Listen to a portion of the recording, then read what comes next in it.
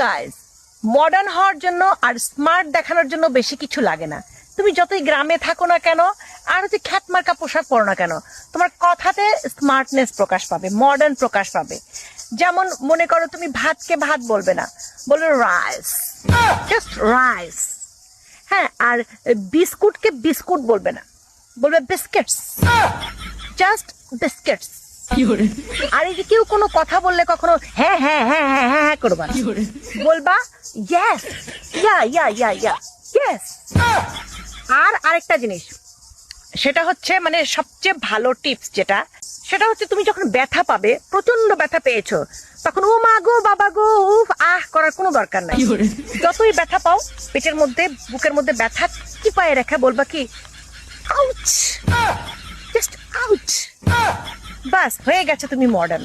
পোশাকটাও factor না, গ্রামে থাকো সেটাও ফ্যাক্টর না, নিজের কথার স্টাইল চেঞ্জ করো, খুব সহজ। মডার্ন হওয়া খুব সহজ, ইউ নো।